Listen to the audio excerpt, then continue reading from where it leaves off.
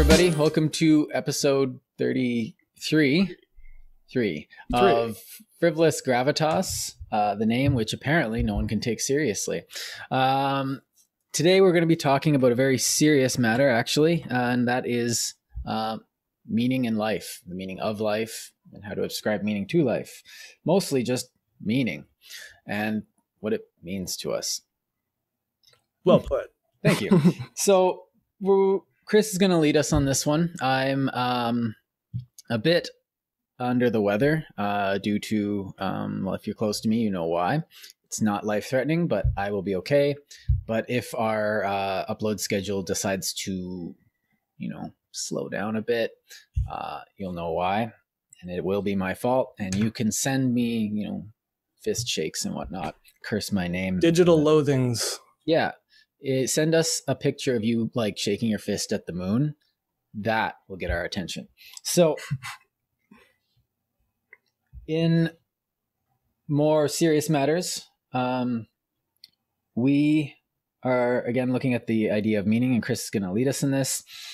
And so meaning is a lot more complex than, than just the word. We can't just say, oh, my life has meaning because, I feel like it does, which often is the case, but it's a lot more, it's one of those concepts that seems, mystical on the surface and complex when you dig into it, because meaning interacts with every aspect of life that we engage with. So Chris is going to take us through the meaning associated with words, our actions, what we make, and what we make meaningful, and how we make things meaningful. I hope that was accurate, but we do tend to take a few digressions. So with that in mind, hopefully we won't take too many digressions. I'll let Chris take the rudder. Cool. Thank you very much, Jordan. Welcome everyone to Frivolous Gravitas. Once again, Chris Driver here with my friend and colleague, Jordan Roy. Today I wanted to talk about meaning, and it's sort of been long in the works and on the back burner because we wanted to cover some other major topics first that sort of encompass what we're going to talk about today. So if it feels like we're glossing over some pretty abstract issues or complex subjects and you're not sure where we came from, chances are it's probably from a previous episode we've spent 2 hours already discussing. So I'll refer to a few of them just to make that more clear in case I forget to mention them or neglect to mention them as we're going along with today's conversation. So primarily the episode on relative scopes, abstractions, marks are not for student very much covered meaning and substance, and our meta show pretty much covered a lot of like purpose and intent and things like that we'll be covering today. I feel like that one was an exercise in creating meaning. Yes, it was definitely exercise. It's a good example, but go on. Yeah. Yeah. So with that, I just wanted to start with some contention, I guess, just to keep everybody engaged and on their toes. So we'll talk about meaning with words, and in the sense of words, I'm talking not just speech, but words in general. So anybody's language or cultural background or idioms or any type of expressions that we get really used to. In our last episode, we talked a little bit where I kind of like bludgeoned the nail head a little bit in discussing simplicity. I can't really remember what it was. We were, of course, I'm on camera with that now. Mind fart. Oh, yeah, it was calling someone simple being insulting or whatever. So the idea of insults and what we take as insult is prerequisite to that is a prescription of meaning. So with words like dropping N-bombs in rap music, we prescribe a lot of meaning to things like that with a huge sort of heavy historical connotation where there was significant amounts of abuse and of course, transgenerational trauma that stemmed from it. Those types of words have meanings, and those meanings are going to be different for different people. So oftentimes we'll hear people discuss, and I don't want to just say, off the top of my head, just, oh, people say this, because that annoys the piss out of me. So we'll call them out. The GOP, the Grand Old Party, Republican Party, they love to say things like white lives matter in the face of Black Lives Matter. And what they're doing when they say something like that is fundamentally missing the purpose or meaning in the Black Lives Matter movement, for an example. Or when white people get mad that black people can drop N-bombs publicly, as I used to do when in my less formative years, because to have other people say words and then say that they're offensive, but only when other people did it, to me felt racist and seemed racist in itself. So it was a contradiction of terms, or at best, and at worst, it was an example of outright hypocrisy. Well, what I was fundamentally missing back then was the actual pain and strife that comes along with those words to other people who aren't me. So because I couldn't identify with the meaning that they prescribed to the word, but I heard it all the time, I derived a separate, completely isolated context for the use of that word in the music I was listening to. And that was very ignorant of the actual, the background to it. So one of the neat ways of figuring out how this type of prescription of meaning applies to different people and why we should even care about placing value on other people's definitions or understandings is not because whether they're right or wrong about them, but the fact that there is actual pain and hurt there that's unnecessary. Not to say that it's unnecessary for them to have the pain and hurt, but it's unnecessary for me to impose that pain and hurt, because those words aren't really necessary to my communication, and language is fundamentally for communication of ideas and expression. So yeah. So, well, I don't know. Do we want to get into that particular conflict, or do we want to move on a bit? Well, I did. That's why I was saying. Okay, sorry. I mean, I don't know how much we want to dive further into that example. Well, the example I was going to give, though, is Tupac often talked about thug life. And the idea of thug life is, if this is what these people are going to call us to denigrate us, then we're going to own the title and we're going to make it our own. So it was a statement of empowerment to an oppressed people, calling themselves thugs, as opposed to the news media and politicians calling them thugs for being desperate and poor. So this reminds me a lot of the, excuse me, you guys are gonna have to bear with me. It's been a while since I've read it, but the Foucauldian idea, not ideal. There are no Foucauldian ideals, but just take a quick jab there, but of taking the power over a word, because Foucault was very interested in power, obsessively, but he thought that words themselves contained the power which controlled people, which is a simplification, I know, but he did overcomplicate things. One of the things that he mentioned in his, I think it was his first chapter of Discipline and Punish, was that if you tell people not to do something, they're going to do it. So they're going to, if you're giving them power by telling them not to do something. So if you say, oh, you can't do this because you're poor, you can't do this because you're racial, you can't do this because you're thing, they're going to be like, oh, I bet you I can. And this is a normal human universal, even though he was kind of against human universals. But now with words, you take the power from that word and you make it your own. Thug life. It's like, oh, you're calling me a thug. Well, this is what I am. Now, I'm not a thug. I'm as white as hell. But I can understand taking that denigration and seeing the pride in it. But does that lessen the power that they have given to themselves over that phrase? Assuming Tupac was still alive and we could ask him. Yeah, it's not so much about the phrase, though. It's more about the person who's projecting the phrase. So instead of only hearing the word thug when white people are talking down on black people, or when they're making racist statements on the news saying, yeah, it's another black man, another thug. But then when a white guy commits the same crime, it's a white collar crime, apparently, no matter how petty the theft is. Right. But I mean, but there's subtleties to the language that we use. And Noam Chomsky sort of talks a lot about this, where I don't know if he mentioned this example specifically, but the first thing that comes to mind is like when people die and they're reported on the news, they'll say, 50 people died in this car crash, or not car crash, building falling over in Miami, let's say. But they'll actually explicitly denote and underline how many women and how many children. And they'll just assume or imply how many men were killed.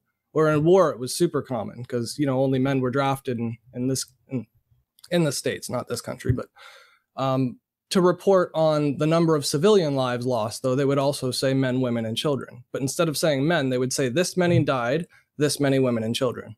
You know what I mean? And that type of language is a form of misandry, like the opposite of misogyny, where it's diminishing implicitly through a language bias the value of a human life of a man versus that of a child of any gender or a woman specifically.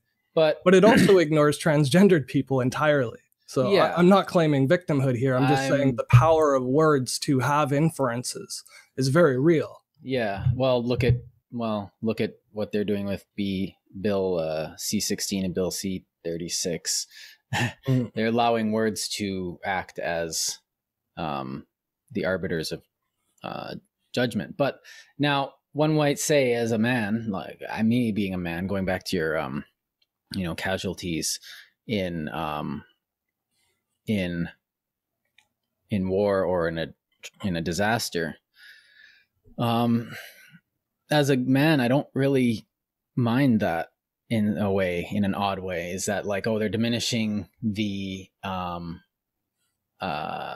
sacrifice of the men in favor of the surviving men and women, but it's the sacrifice isn't meant so that I can be on the news. It's meant to save those women and children and those who can't. Though I definitely, as a man, understand. Okay, I'm using the problem with talking about words is that you have to use words to explain it, and then let's try. Oh, delicious irony, eh? Yeah. So let's try not to dissect, and let's try to ignore the irony for a second, and get to the under irony. Is that part of that? Sorry, like I said, I'm a bit scrambled. Part of getting to have those assumptions about meaning and stuff like that and denigrating it. Okay, sorry, edit that. Well, let me just finish my thought then, and you can form that let me just a little differently. So, the prescription of meaning, though, and how we apply what we take offense to. Like, I don't take offense to that type of reporting of the news either, because I do value the lives of women and children above my own. The children are the future of the country, and the women give birth to children. Regardless of how many men there are, you need women to have children. Well, so as a practical matter, it makes sense for a country to follow the number of women and children deaths differently from the number of men. Yeah, whether it's a disaster or soldier. Those who can protect those who can't. And that's, I like saying it like that, using the language like that, because it does take away the action. It does take away any silly identity groups that we've made up. It does take away any expectation, because you can apply that to any situation where, you have to use language in a thing. So those who can help those who can't. So, we have teachers. It doesn't matter what they are. They teach. Well, it's like, well, they're the ones who are sacrificing. Yes, they're sacrificing. They're making a sacrifice. That's what we do. Those who can sacrifice for those who can't. Period. Now, if it's a war, a lot more men are going to join, and they're going to be okay with that. Strangely, it's part of being a person. But like part of our biology too. There is a biological imperative here that I don't think we can ignore, but I think we can just leave it on the shelf for this discussion, because I don't think we're going to get too much to get into, and I'm not at all competent enough in biology. Yeah, but the I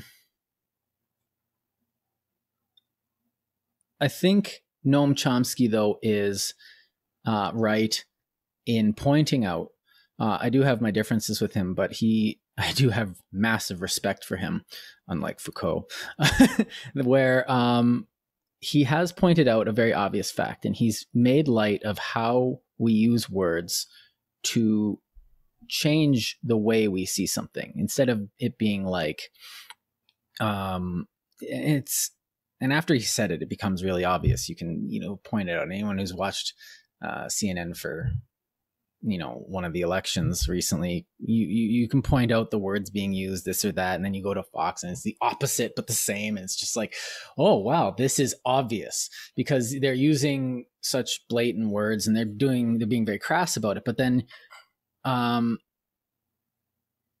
if you go down and look at someone like a thug or something, and that might be endearing to them, and then the term is not endearing to me at all. I don't see any value in that, but I'm not gonna, if someone says, oh yeah, I'm a bit of a thug, and I'm gonna be like, oh, well, that's you.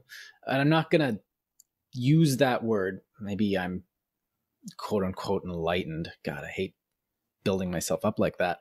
But I can look past the words a bit and see what he's trying to say instead of focusing on what I want the word to mean. And if I focus on the associations and the meanings attached to the words rather than what they mean for the person, I think then we can maybe get a better understanding of what is meant. But when we attach a word to someone like, say, the N word, and then they try and take it back, but you really can't take that one back. And this sort of reminds me of the types of struggles that people with certain conditions have, like autistic people or Asperger's syndrome, or depression, bipolar, things like that, where it's really hard for a person with those types of conditions sometimes, not all the time. I'm not painting in broad strokes here, but especially people like me, like I have difficulty understanding and appreciating the concern and meaning that other people prescribe to things, because my mentality is the words have definitions. So if I use the word according to the definition, I said what I meant and I meant what I said. But in order to live in a civilized society, you can't just go around hurting people because you think it's okay. It's a really selfish and lonely way of living and going through life. And all you're doing, no matter how much good you do in the world, is you're sprinkling harm on people for no reason other than the fact that it's easier than to be considerate. Well, it's the road to hell is paved with good intentions. We want to do good, but a lot of times in our efforts to do good, 50% of the time, we're not. Like, yeah, but what I'm saying is, with the words that we're choosing, even for me, it's very hard for me to pay attention to other people's misinterpretations of words that have proper definitions, if that makes sense. So it does. Like, I can't know what, and that's the problem with C16, is like, I can't know what words you have ascribed like meaning to. Like, it's like that old TV trope where, you use a word. It's like, oh, we're going to the mountain. And then, the group of locals is just like, oh, it's just, and so everyone, he's like, what? And it's like, that word is the most, horrendous word in our language. It's like, how was I supposed to know that? I wandered into this realm accidentally and asked for you guys to help me get out. Yeah. I didn't even know you were here. Like, I'm as innocent as possible. It's regional too, right? Like, certain places will have completely different regional ascriptions to different types of French profanity. You go into a cathedral in Paris, and you'd be like, "Oh, what's this?" And you'd be like, "Oh, c'est un tabernacle." Yeah. And you do the same thing. You do the same thing in Quebec, and they'll be like, "That's the tabernacle." It was like, well, why won't you say it? Yeah. Say the word. Say the word. But in the same token, if you go to a school, like an elementary school in Quebec, and the teacher says, "Hey, what happened to your homework?" And the kid said, "Oh, c'est tout fucké." Like, it's not a swear, because in Quebec, tabernacle is a swear. Yeah, that living in Quebec, that one shook me, because I was talking with just some old guys there, and I was like, who are my neighbors in the billet I was at. And he's just like, oh, c'est le fuck ici. And it's just like, what? Yeah. He's pointing at a piece of my bike, but he doesn't have the words, so he just says fuck. Yeah. Just like, okay. Learning experience for me here. And I'm learning. And he didn't know. And there was no reason to assume that he was going to offend me. But this ends up being a lot more grave when someone says, Black Lives Matter. And I say, duh. Yeah. And then they go, how could you be so blithe about it? And I'm like, because Black lives do matter. I don't understand. Well, what, you think white lives matter too? And it's like, yes. And they're like, how dare you? And I'm like, okay, I'm out. But what's happening there is people are creating the minefield for me to walk in. Like, if I don't know there's a minefield and I say a bad French word and they're like, ha ha ha, l'anglais is an idiot. And like, but a lot of people are looking to take offense at things on both sides. Like, you know, you get these Black Lives Matter people saying, say it, say all lives matter, say it, do it. Like, see, I think they're doing that though, because they feel it. And we don't see it because we don't feel it. Like, then the some question people is, do the people in the understand. South want to actually make America great again? Okay, that's a separate thing though. Let me finish my thought here on the Black Lives Matter thing.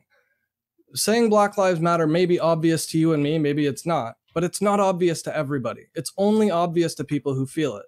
Just like you and I talk about freedom, like it's obviously better to have freedom of movement and choice and prosperity and religion. It's so obvious to us being born and raised in Canada to just expect that freedom as a human right. But you talk to anybody in China and not all of them agree that they want freedom. Right. In fact, almost half of them disagree. Right, because a authoritarian government, you know, they've been told and they've been fed the proper state-approved meanings of freedom bad, they can't get anything done. Whereas when you actually look at what freedom does when it actually gears up, the production at the beginning of World War II for look at the production of Liberty boats, literally just transport ships that America was making. And they just were like, oh, we're at war. And they just went like 3,000% increase in production and efficiency. It's like, oh boy, Japan doesn't have a chance.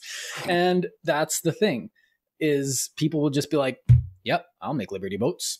And like 300 other individuals did it. And so it's definitely a lie, but the lie doesn't matter in the Noam Chomsky sense. Chomskyan? I just don't like that word. It just flows bad off the tongue. Chomskyan. I like that. Sure. So they're being fed the meaning that doesn't really correspond with reality, but it sounds good and it feels good to march and it feels good to wave that flag and be one with all the other, you know, hundreds of thousands of people in the crowd. And it feels good, but it's not true. But again, not to everybody. That's a meaning that you might have that I don't have. Like, it's not at all meaningful for me to be marching in sync in a crowd. To me, that's the opposite. It induces anxiety to be restricted in my movement and right. freedom. Well, that's the other thing, is that... So... Well, okay, actually, this is a good example here, because one of the things that I do believe is that, okay, you know how you have countries with mandatory military service, right? Yeah. We need to protect our borders. Well, duh. Again, duh. Now, is everyone capable of being capable in military service? Should we have mandatory military service? No, it's idiotic. Because people like you, and now people like me, would do terribly in the military. I would have been okay back in the day, but right now, no. And you're also taking them away from doing valuable things in society and getting their life on the line together, and you're forcing them to do things and carry meanings that aren't theirs, just in the way you said. And that I'm kind of like agreeing with you here, and with my own little parable, I guess. And allow me to disagree with you then. Okay. just for the sake of discussion. Yeah, let's not make too many layers of this, but go on. Yeah. I'm going to disagree with you now. In the sense then that we're talking about prescriptions of meaning and people being forced to do things, and coercion is bad and yada, yada, yada. And some people, coercion is not bad and yada, yada, yada. There's also the prescription of hurt. Like, you can try to hurt somebody intentionally with words, and you can choose the words you know hurt them most, even if they're meaningless to you. Because so you can weaponize that type of... Yeah. Well, it's like, no, I get this. I do get this, because you get someone who... You know those words that you don't speak to a friend because you know them well enough to know what will hurt them the most, what will absolutely destroy them, and you don't say them, and it's only like 3-4 words. And we all know these words and people are our family, and we don't speak them because we know they're true enough. And if we were to say them, it would only be out of a place of darkness, and it would hurt them so much because we know that those words have meaning enough to them based on their insecurities, their realities, their fears and hopes. But they're based on the meanings that have constructed their lives. And those words in particular are the words that can destroy someone. And I've got a couple that I know would hurt me quite a bit. No, and likewise. And if anyone said them, I'd either break down or end up in... But it's also the motivation behind simple people calling other people sheep. You know what I mean? Yeah. It's a type of way of trying to hurt somebody else by diminishing them as a person, by squishing them or stepping over them as greater human beings. And the insult often tells us more about their insecurities than our own. Often does, but it doesn't change the hurt that occurs to the person involved. So here's the thing: when you have people that are transgendered or gay, and they hear somebody walking down the street saying, "Oh, the bus is late," that's gay. And the gay person gets offended because they're using the word gay as some negative connotation. Again, something I used to do when I was more ignorant of other people's feelings. Strictly speaking, because to me, it was just a word. And if you want to choose to view it as something negative, that's like saying that's not a quilt, it's a comforter. You know what I mean? And then getting mad about it. To me, it's just a choice of words. Like, how do you get mad over words? But I'm kind of stunted like that. It's not common or useful way of going about the world. But the issue is when people can take meanings from words that don't have intrinsic meaning in them and then use those or manipulate them towards serving another gain or another goal or objective. So an example of that might be like patriotism in the States, or propaganda in China, you know, or religious fervor in the caste system in India, you know. Or like Saudi stuff, or Wahhabism. Or like I don't know much about Wahhabism, but we can go back into history. There's tons of that, like fervor for the king. Those are like constructed intentionally in order to serve the purpose of the people constructing them. And this goes back to Walter Lippmann, who we love to refer to in Public Opinion. I really have to read that book again. The choice of our words, not just the material and content or subtext of our words, but like the actual choice of which words to use and not use, and synonyms and homonyms, and which words to repeat even. If you're trying to really make sure that you emphasize or highlight a certain concept or key idea, or if you're teaching and you want to help your students remember, you'll repeat things that you've already said in different ways to help them remember, right? But to use the same word when you repeat it 3 times really emphasizes and drives home that you have to remember that word, because they'll notice that you haven't used a different word in constructing that thought. So our choices of words are not only harmful by accident and harmful on purpose, they're also manipulative. And the only reason they're capable of being manipulating of other people is by using words that people find emotional attachment to. And generally speaking, we're emotionally attached to words that have meaning to us, like deep psychological meaning. So now Lippmann would argue that the populace and the individuals that make up the populace, the mob, are too stupid to understand where this meaning comes from or create it consciously. And when they try, it's just cringy. It really is. But I would say that this is formed mimetically, which is a fancy way of saying it works by memes. And was it Dawkins? Yeah, it was Dawkins, in the way that he kind of laid it out, and which we're seeing very much so in on the internet right now. We can't predict which ones are going to have meaning. We can't predict how they're going to have meaning. They just do, because the ideas come together, and all of a sudden somebody's like, yeah, that describes what I'm feeling. And then someone's like, well, scub you, I guess. And the other guy's like, oh, would you say that about me? I just got this meaning, you're using it against me. And like, and we don't know where it's going to go, and we can't predict it. But to think that makes the words actually be meaningless is also a fallacy, because, you know, just because they're created organically and not somebody going like, well, what if I told them that they were this? Yeah, that would be the worst thing to say. No one's thinking about that. A lot of these hatreds work very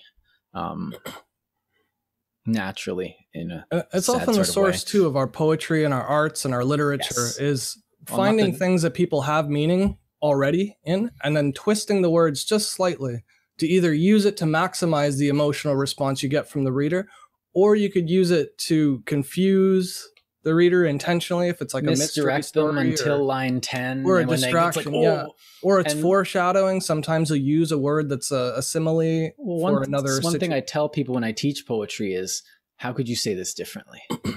How could you say it? Like, write this sentence out 16 different ways, pick the one and keep them and pick the one that you think works best with the lines around it. Because you can say one thing, like I mentioned this, I think, in our simplicity episode, where I can say, or was that in a class? It's all kind of blurry in the last week, where I can say one word. Oh no, it was in a class where I can say one phrase. I'm going to the store. I am driving to the store. To the store I'm going. Yeah, we did mention this. Yeah, and so I keep going on that, and I can say it any way, but then I can say, in the moment, I can choose, I'm going to get, I could just say it in the most offensive way possible. And I can think, I've got like 3, and every time I think of one, I just don't want to say it, because I don't actually hate any of these people. So I don't want to. I think the problem is that language is a tool. I guess the pause, rewind, stop, play. Language is something, it's like a gun. We can use it and we can use it to hurt, and we can pull it out whenever we want, but we have to be careful when we use it. It's like you can use it as a screwdriver. You can use it. It's like a multi-tool that can do whatever you want. And one of those things is hurt.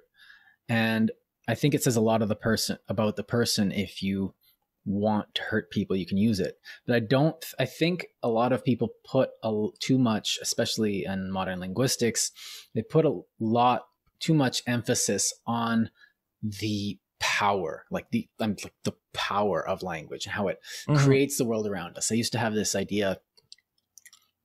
I remember taking postmodernist thought to its ultimate degree in school, and I came up with this weird theory. I didn't write about it because it was just kind of a thought experiment, where we're not actually alive. The reality is created by the words we use, and we're just kind of entities floating in a noosphere, and the connecting with each other, and the thoughts that we have that connect with each other form reality that we're seeing today.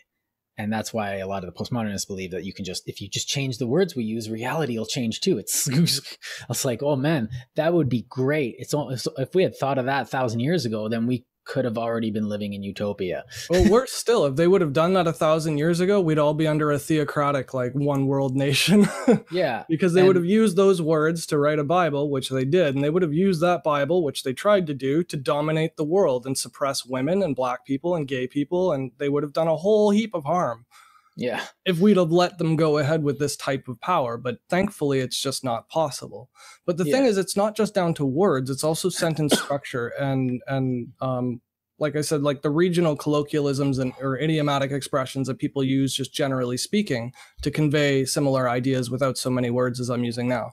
So Noam Chomsky described this a lot in Manufacturing Consent, for example, just on the subject of language and what it can do as far as like harm and good.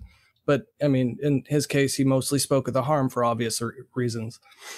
But if you say something like, I didn't take your black pen, you could put a comma in between any one of those words and change the meaning of the sentence through a pause or a comma, just from written or speech. You can say, I didn't take your black pen. I didn't take your black pen.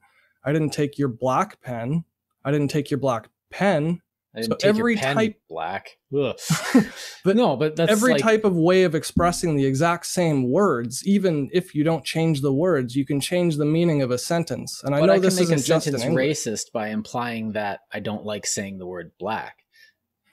But as soon as you start avoiding the word black because of racism, then it becomes a racist statement, even if you don't say black, because you avoided the obvious natural selection of color that you wanted to express succinctly, but couldn't because you chose not to because of some type of other idea. That's prescribing meaning to the idea of a color that leads, like, you know, down the rabbit hole 6 feet under from where you started. You began trying to express a thought and you ended up dancing around it and beating around the bush for absolutely no reason other than a meaning attributed to a word that shouldn't ever have that meaning attributed to it. So it's a lot like terms like doing it refers to sex in a lot of English-speaking countries, but like doing it isn't anything. It's just saying, it's a euphemism. Like oh, he's passed. Yeah, like that. So we don't want to say like, oh, how's your sister? Oh, she's dead. It's like, whoa, no. Oh, she passed. You know, last week. We're all very sad. You like you lessen it. It's understood too that using that word is an intention of softening the blow of a really harsh word like death. Well, and I think that's emotionally significant to everybody. That's right? part of being understanding of the other person. Now, one of the things I don't particularly care for about the modern linguist is that we can't understand any other person. It's like, oh, you go away. We can't live in their shoes, but we can sit with them and be like, dude, what's it like? And they'll be like, oh boy, I'm going to tell you, and be like, I've got time. And then we can get a sense of it. We can't know it for sure. We can't feel it. Well, actually, sometimes we can. You sit there with someone long enough and you start to empathize with them. You start to, you know, not just sympathize, but empathize. And you're like, dude, I get it.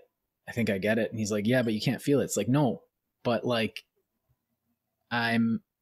you've gotten me to a place where I now can respect what you felt enough to not just be like, you know, pander you by being like, oh, I'm so sorry. What can we do to, you know, give you recompense for this thing that you've had? Because that's insulting to anybody with self-respect. And just because someone's of the lower class doesn't mean they don't have self-respect or dignity. Now, I think what it seems like, and what a lot of people who are just straight up angry on every side, not just the two main sides that everyone's talking about, is that there's this catch-22 there. Well, if I notice something like, if I don't talk about it and ignore it, well, that's too far to one side. If I just decide to lean into it and be like, yeah, these people are terrible, they're horrible because they're their group of people, well, that's what everyone doesn't want. But you kind of do have to ride a line between that. And I think that line is literally just understanding and coming to terms with it, and maybe even like not getting up in their business unnecessarily. Yeah. I think the simple solution to it is everybody should be allowed to say anything, and everybody should be willing to try and accommodate other people reasonably. And reasonable is one of those legal terms that means, you know, to our best judgment at the time, basically. I do want to do an entire episode on reasonable. I've been talking with Megan a lot about, like, because, you know, you go to a restaurant and you're just like, I want this. And they're like, well, what do you mean? It's like, I gave you enough to make a reasonable understanding that I want ice water. Come on, buddy. And everyone's avoiding being reasonable because, you know, they want it either explicit in legal terms, or they either want you to say they're dancing around it, and they don't want to take responsibility for the either making a mistake or having to say the thing. So like, fine, I'll be reasonable and I'll say the thing. Look, it's been done. Now we can move on. And because a lot of people are, but getting back to what I was saying. Yeah, that's another episode. I don't want to get into that. The reasonable part is you should be able to say whatever you want, and the person who's offended should be able to tell you they're offended, and you should be able to respond with I didn't mean to hurt you, this is what I meant, and then you can elaborate or whatever. But to have the rule in place where it's either black or white, where you can't say any of this, but you can say this, but only if you're part Jewish, and you can say this, but only if you're more than a quarter Hebrew, Like, yeah, it's essentially, it's the exact same problem as like you're essentially profiling yourself in order to talk a certain way. It's like when you do that, you're like, okay, so I'm going to be racist against myself so that I can avoid being racist against you. Oh, wait. But the point of the censorship shouldn't be to stop people from speaking. It should be self-censorship. It should be voluntary self-censorship, so that if you're in front or faced with somebody who's not willing to capitulate or be reasonable in your judgment, you don't have to talk to them. Like, you don't have to work at that job. You can find another place with a culture that's more in line with your own ideals, right? Yeah. So there's a time and a place for being offended and for making a big, circus out of your offense. And I don't think work is probably the best place to do that, but it is a typical place of where people's speech is often restricted in order to prevent causing harm unduly or unnecessarily to other people. And that is a reasonable approach for any manager of a business to want to do that. But the enforcement of it is where we have the problem. When we start enforcing speech, then you're going to have the deeper issue of a violation of human sovereignty, personal rights. Whereas before it was just a casual insult, which isn't against the law, but a violation of human rights, inalienable rights, is against the law. So you're breaking a law for somebody to correct somebody for not breaking a law, but just being mean in your opinion. Right. That's where it should be really clear and easy to draw those lines. Well, it should be easy because it's almost a mundane thing that we're forgetting. Like, don't swear in church, time and place. And this is that time and place I talked about in a couple other episodes. And, there's times where you say certain things, that you're at a hockey game and everyone's riled up and that one guy punches the star player of your hockey team in the face and everyone is like, oh, that guy, ref, you're an idiot. That's personally reasonable. You're actually, insulting somebody in a group of 10,000 people on one guy who's just standing there doing his job. Yeah. And he's just taking it. And you are doing this. But at the same time, if you're working at a call center or in retail or at a coffee joint or something, you're not going to go like, is your latte? Like, why do you censor yourself there? Well, because you want to keep your job. And the thing is that actually censorship? Now, censorship, if you can't say something at all, then that's definitely censorship. But if you can still say the same thing just with not using, four letter Anglo-Saxon monosyllables, are you being censored? Well, you can't use these words, but you can still say the thing. But if you slip, it shouldn't be something that some authoritarian regime comes down on you and imposes punitive measures to keep you back in line. Like, we should be able to allow people to make the mistake of slipping or refusing outright. And if they refuse outright, don't judge them as a person. Just be like, look, we're trying to harness this culture. If that's not conducive to your personality and you refuse to comply, that's fine, but can you please find another job? We should be able to have the conversation as if we're all mature adults with, sentience and thought. But we're not, because we've made certain things illegal. The topic of conversation itself is illegal. And it used to be just like, are you sure you want to phrase it like that? And the guy's like, no, let me rephrase it. But if they actually want to start something, be like, yeah, that's what I said. I want to do this. And the guy's like, all right. You know that you said that where you are, being who you are, with all, the variables in play, and you decided to use those particular words to voice that particular sentiment, I'll give you one more chance to rephrase that. And sometimes we don't know, but sometimes there's just an idiot who wants to see the incident burn. But we're trying to regulate those idiots when the rest of us are trying to be reasonable and making mistakes. I wouldn't go so far as to call them idiots, though. They just have different prescriptions of meaning than we do. They don't value so there was the my meaning. prescription of meaning on them. No, but the words they're using aren't as harmful in their mind as it is in our mind. That's the difference. Well, they prescribe a different meaning to the same words as we prescribe to them, and we say those words can't be used in this setting. Whereas they'll say, well, why can't I? I don't get it. No, There's nothing I'm wrong thinking with of- them not getting it. I'm thinking of intentional, like someone who's like goes into a, you know, you go to an African restaurant and you start using, you say, oh, hey, N-word. And you're just like, are you sure you want to be doing this? And that's like, Well, I wouldn't there are condone people it, out- but I'm saying you should are be people allowed out- to. yeah. And okay. Yes. Okay. Until you commit a crime. I see what you're saying. Yes. Until And you they're not commit a committing crime.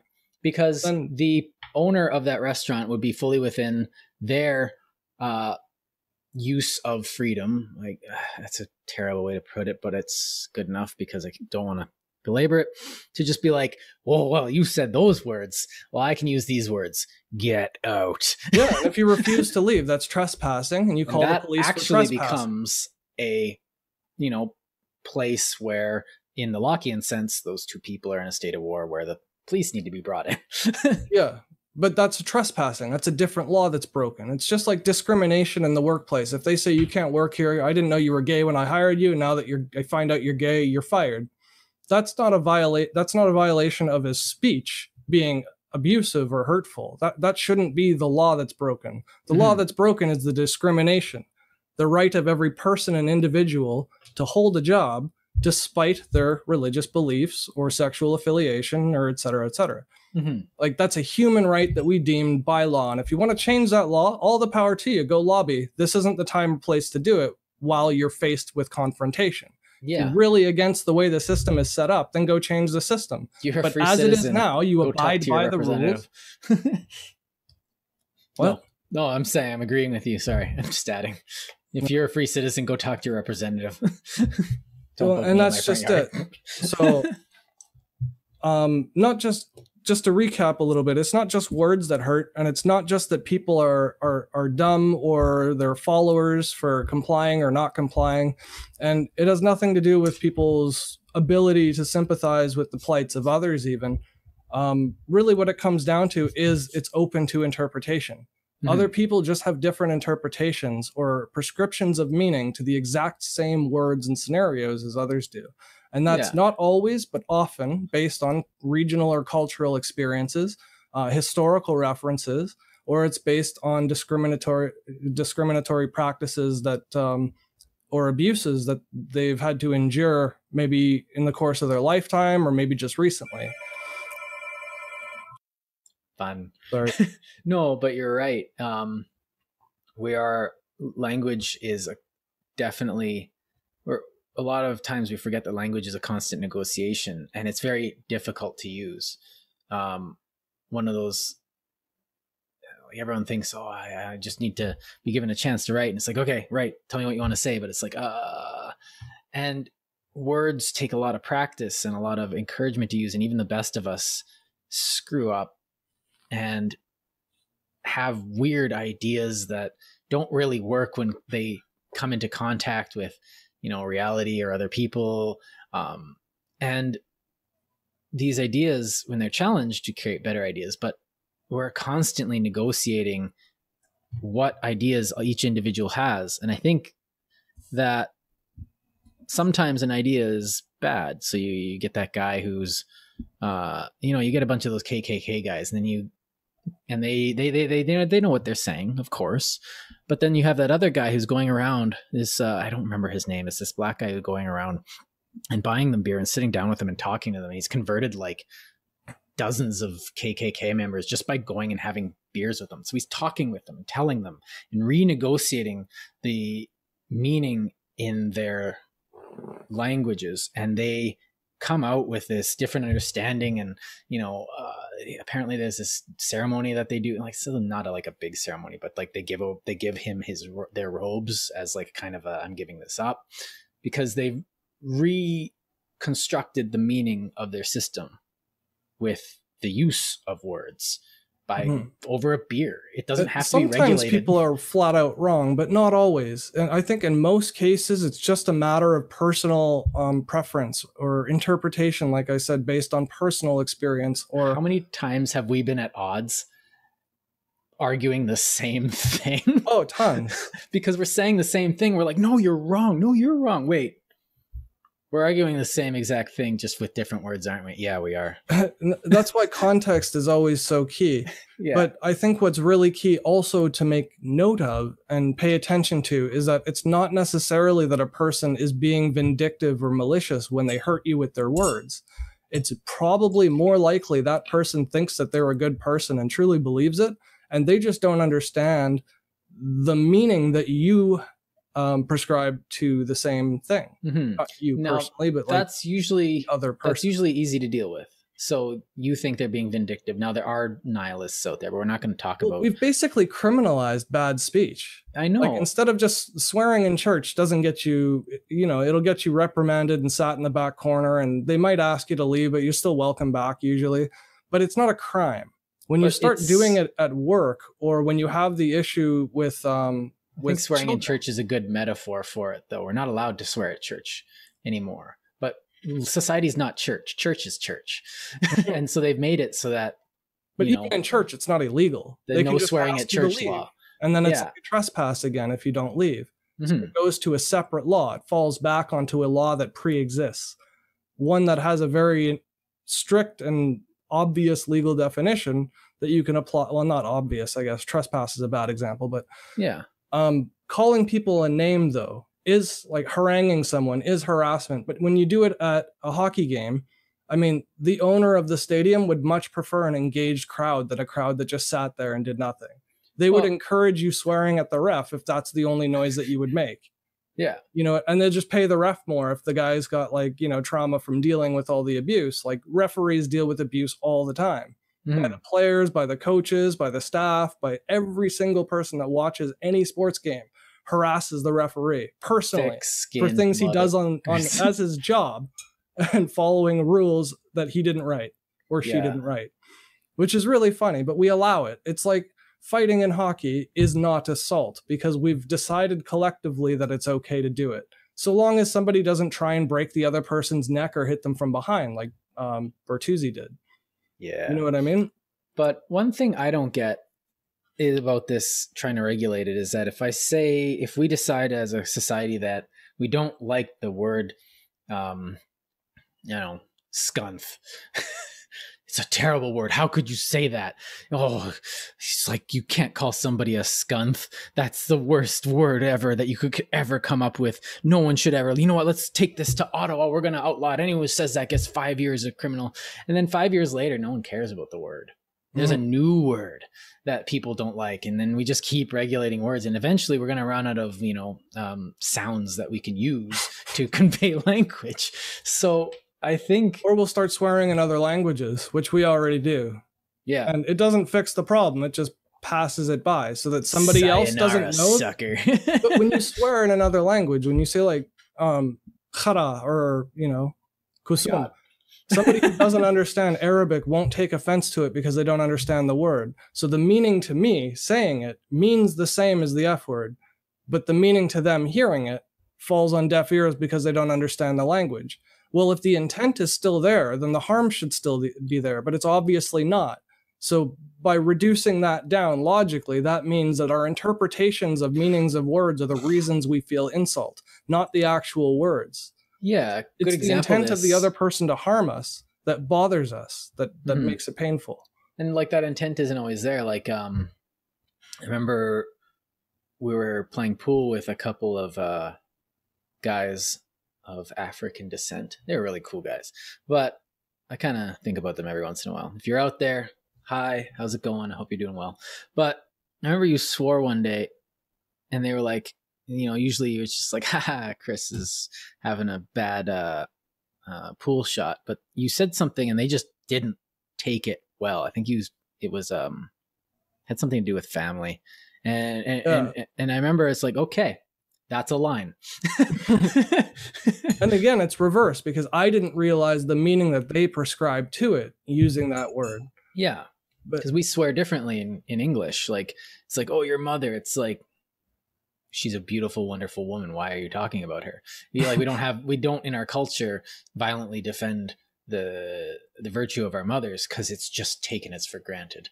No, you can't. But we know we know it's petty. That's the thing. Like, yeah. And it's not because we're so self-aware. It's just we choose not to take it personally, and others in grade choose 4, to take everyone it was personally. going, "Who your mom?" It's like For one person, it's a sign of their virtue and valor towards their family, right? And that's just something cultural, or maybe it's just personal.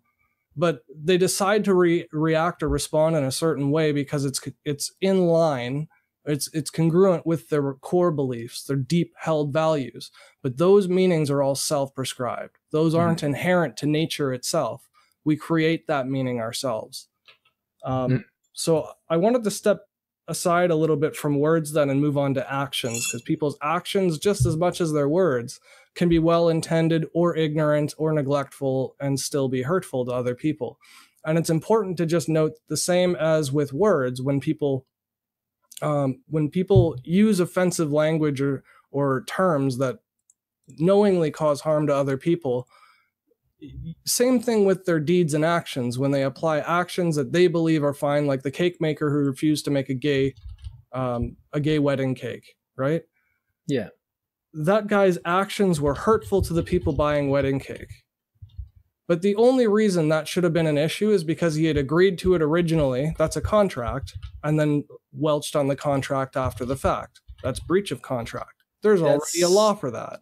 Yeah, because like, you're free to not make someone a cake, but if you had a contract, yeah, that shouldn't have been a gay rights issue, because you have no right, just fundamentally, to the goods of other people or the services of other people. It has to be a mutually agreed upon transaction for it to be valid. Otherwise, it's coercion. Yeah. So there's a couple people I won't teach with because I just don't trust them to be a client. Yeah. Simple as that. It has nothing to do with who they are. I just don't. And there are companies I won't work for again. Like, I worked for a payday loaning company, a call center, for about a year and a half, 2 years, something like that. And by the reason I quit wasn't the money, it wasn't the job, it wasn't any of that. I just morally was opposed to the business model itself, making money preying on the poor and the desperate. I couldn't do it. But that's a personal thing. I'm not going to go out and burn them down for some holier than thou virtue signal or something and be like, look what I did. I'm hurting people who are hurting people. Like, trying to police that type of action only causes more destruction and more inaction, because then you're fighting the fight instead of fighting the cause. You know what I mean?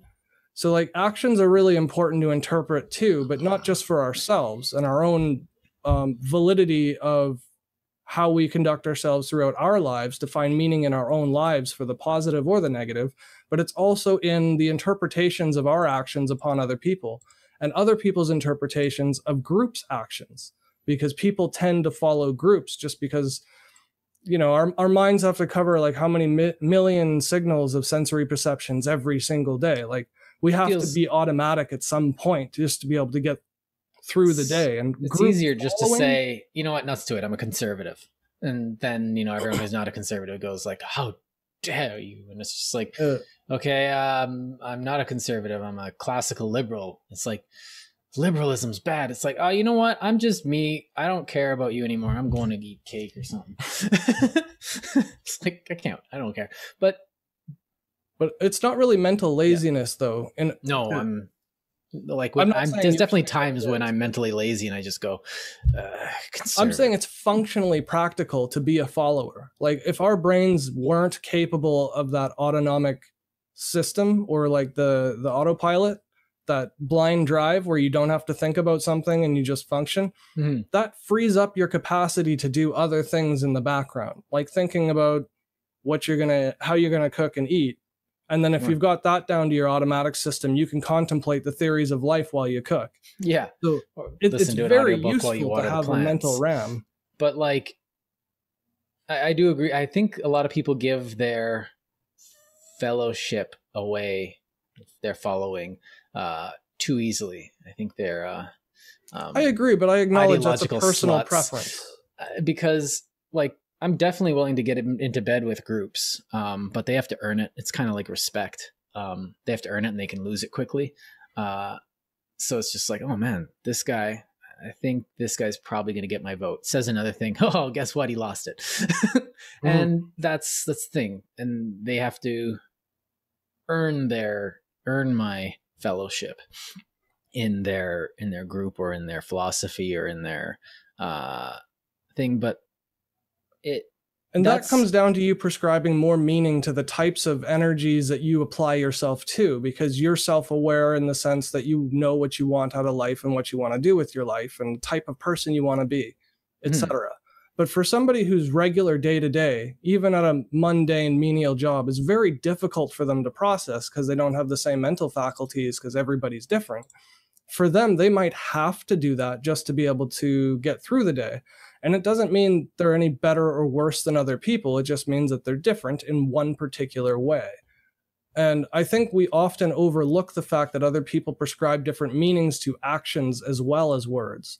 Because when somebody slights us by not responding to a text message, and we immediately think, oh, they don't like us, or, have some type of depressive thought where it's personal or something like, or if a customer swears at you, it's probably because of, they're frustrated about not getting their product or service properly. Has nothing to do with the individual. And if you misspeak and accidentally make a mistake and the customer overreacts to you, that's just, it's not a clear and accurate reflection of how you operate your business on a regular day-to-day basis. It means that you made one mistake with one person, but they will probably be more emphatic about how stupid you are than about how all the other times that you were competent. So keeping context and perspective together with actions as well as words, I think they should be treated similarly in the sense that we should give people more credit and credence to have preferences and beliefs and just communicate when they don't jive with their own. Like a lot of people overcomplicate this. I think we did this in Simplicity, but and another one too, where it's just you take people at face value, because a lot of people go like, Megan has this. She worked with this woman who's just like, she's on Tinder or something. She's just talking to this guy who she's like, do you want to go out? And the guy says, yes. And she like turns to my wife and just goes, what did he mean by that? It's just like, my wife's just like, it means he wants to go out with you. It's just like, yeah, but does he mean yes or yes or yes? It's like, how do we know? It's like, why don't you give him your number and ask him? It's like, oh, I can't do that. It's like, all right, then nothing I can do. If you just say yes and see what will happen when you get there. Well, and this is like, if you take someone at their face values, if I say, if I'm working at a job I hate and I like, welcome to, so-and-so, I'm glad to see you. It's like, is he? It's just like, let's just assume he is and move on. I'm not. I don't want to work here. I don't care.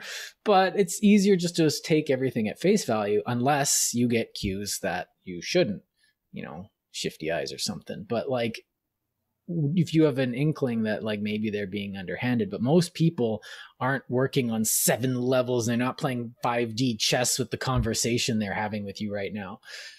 Ain't nobody got time for that. Most people. There are some people who muddy the water so that they can play in the chaos, or that, I don't know, or just kind of like feeling smart like that. But like, I don't know, I think both of us used to do that when we were young. Their own personality. It's not a truth of nature that they're believing in, right? Their beliefs are just different than another person's. And that belief prescribes a different amount of impetus or severity, not impetus, severity or... Nutmeg, that works. Because like the impetus, you're assuming the impetus of the other person is something other than what is just on the surface. Yeah, like, but I'm more thinking like their motivation towards doing that slight to you is obviously going to be rooted in a different scenario or a different set of subsystems or sub-beliefs that they carry along with them. Yeah. So going around calling negative things gay might mean nothing to that straight person doing it, but it might mean the world to the gay person. But the gay person, on the one hand, must also recognize that the other person is not doing it to be mean to all gay people. They have to recognize that another person just carries a different set of beliefs and meanings than they do. And they have to recognize that it's not the same as being hit. Well, what happens if like a gay guy just goes up and says something like, somebody does something idiot and the gay guy's like, oh man, that's gay. It's like, okay, brain just exploded. I'm just going to let that be. Cause like, the amount of meaning. But again, I'm not saying that we should be allowing or enabling people to use words that hurt other people. That's not at all what I'm saying. What I'm saying is both sides need to recognize that their own speech and actions affect each other. And both sides are interpreting the exact same situation or word differently. Right. And that type of realization just lessens the harm that it causes to both people. It means the punishment on the offender should be less severe, if any at all, which I don't think there should be any. But again, that's a personal preference. Speaking as a person with a big mouth who overextends himself far too often, that would obviously be my proclivity, is to avoid detention. But from the flip side, for the person being hurt, it should also lessen the amount of hurt that they want to inflict as punishment on another person as well. So all things get better when we're more tolerant, not for the sake of tolerating things to allow them to be, but tolerant in the sense that we have to understand that there are different approaches and reasonings to broach with every subject that we encounter, or every opportunity to be squeezed. Well, and I think that's a really good point. I think another aspect of actions is that what happens when words and deeds are of no kin to one another, to borrow Shakespeare. What happens if you're talking the talk, but you're not walking the walk in a more modern one? What happens if you're saying one thing and doing another? Because a lot of people do this, because a lot of people will say, oh, I believe in this, I believe in that. And then they have meaning towards this, but then they don't have the will or the inclination or they're verbal moralists, but acting hypocrites, sort of, so to speak. What happens is they're human beings who are growing. They will one day realize the folly of their ways and hopefully want to change. And everybody is individually responsible for their own betterment and self-improvement. So if somebody chooses to be an asshole their whole lives, as long as they're not breaking laws and physically or materially harming people themselves for the purpose and sake of gain and to harm others because of sadistic intent, that's totally within their prerogative and purview of their life to do. They're allowed to be whatever type of person they want to be. But I should also be allowed to tell them that they're that type of person. If somebody's being an asshole to a gay person and I offend them intentionally, not the gay person, but the offender, because I want to punish them for what they're doing to somebody else who's not defending themselves, is that okay? I don't know. I think it's okay, but that's because I'm prescribing the meaning to freedom of speech and justice and equality and, all these types of things that obviously the other person is less concerned about. Not to say they're not at all concerned about justice, but I might be over the top in their view. Yeah. And the person who's receiving the abuse might actually agree with them and feel small about themselves because of a lifetime of abuse. So they might need to be defended to be shown that they're wrong in those ideas.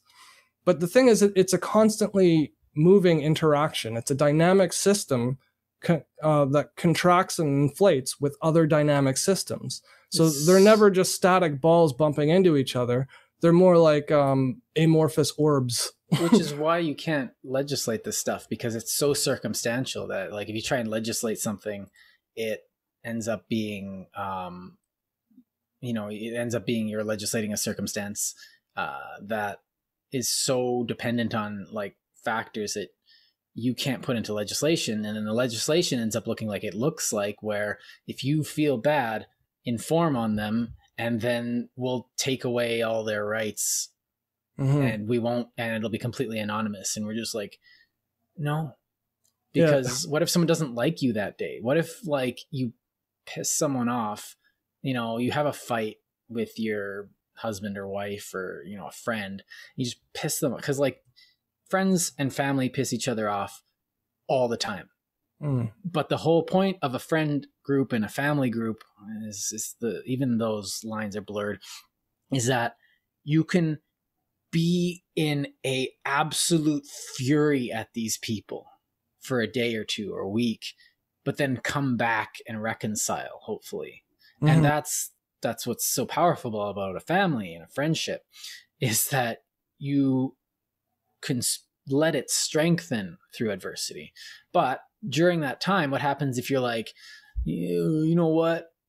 That guy, hey, RCMP, take away this guy's guns and his right to own firearms because I don't like him today. He's offended me. He made me feel bad. Mm-hmm. Like, and in England right now, you can't say certain words. Well, it's not a crime, but we're taking you into the thing. It's not a crime. Why are you taking me in? Well, it's, you know, you've created a fence, and that's a problem. So we're bringing you into the police station. It's like, what the absolute.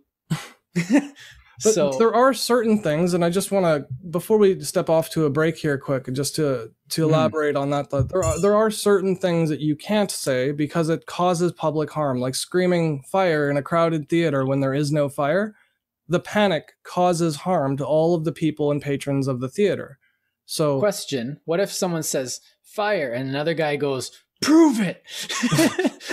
They're both allowed to just say the words, but if you're know. saying it with the intention to cause a panic, that's against the law. That is an action that's almost not an action of speech at that point. That's an action of, right.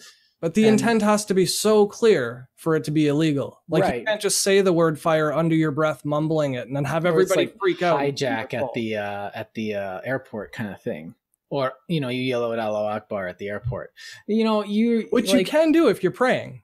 If you're on the ground on a carpet, facing the east in an airport, and you scream Allahu Akbar, like, now, people will say don't do that, but it goes back to being reasonable. Like, you don't do finger guns in a police station. Like, duh. But like, it's just like, you know, but you see someone who's, you know, mentally disabled or handicapped. I don't know what the politically correct term is this week. Just inform on me. And he's doing some, you know, weird stuff, and it's in a police station, and then the police are going to look over it and be like, is he okay? And then you know, his parents or his friends are going to be like, no, he's fine. He's just he's got a bit of a problem. And the police are going to be like, okay. But if someone who's of full mind comes in and does that, the police are going to tackle the shit out of that guy. Yeah, and there will be misunderstandings. Like, sometimes somebody will have a mental problem, but it's not obvious or clear. Well, and they'll say something that's untoward. What happens if you do something like, say, teach your dog to do the Hitler salute? That's like, the thing. We should be able to just figure these things out by talking. Yeah. And insofar as we can't speak on openly and candidly about our beliefs and our belief structures, because things are illegal to say, you're never going to fix the problem. You're only going to make it worse, because then nobody's got dialogue. That's the Orwellian problem. It's the Orwellian problem in 1984. You know, if you make it so that people can't say things, they can't talk about those things. And all of a sudden we can't talk about race. Why not? Well, because you're white. Oh, wait, what? Yeah, exactly. You can't talk about indigenous people. It's like, why not? That causes harm. That causes harm to indigenous people and black people, because white people aren't able to talk about it. Right? Like, when you're not allowed to discuss something, you never gain a deeper understanding just by meditating on it. Never. No. It's like, and then you get a wrong idea because you can't actually talk about them or with them. And you nurture and cultivate a wrong idea. It stays with you and gets embedded. And then it spreads. Everything gets worse when you can't talk about things. And I think we miss that because we're so obsessed with the superficiality of what something sounds like or what it comes across as immediately right in front of our face in the moment. And that's not the only thing that's important. So I guess we'll get to that in part 2.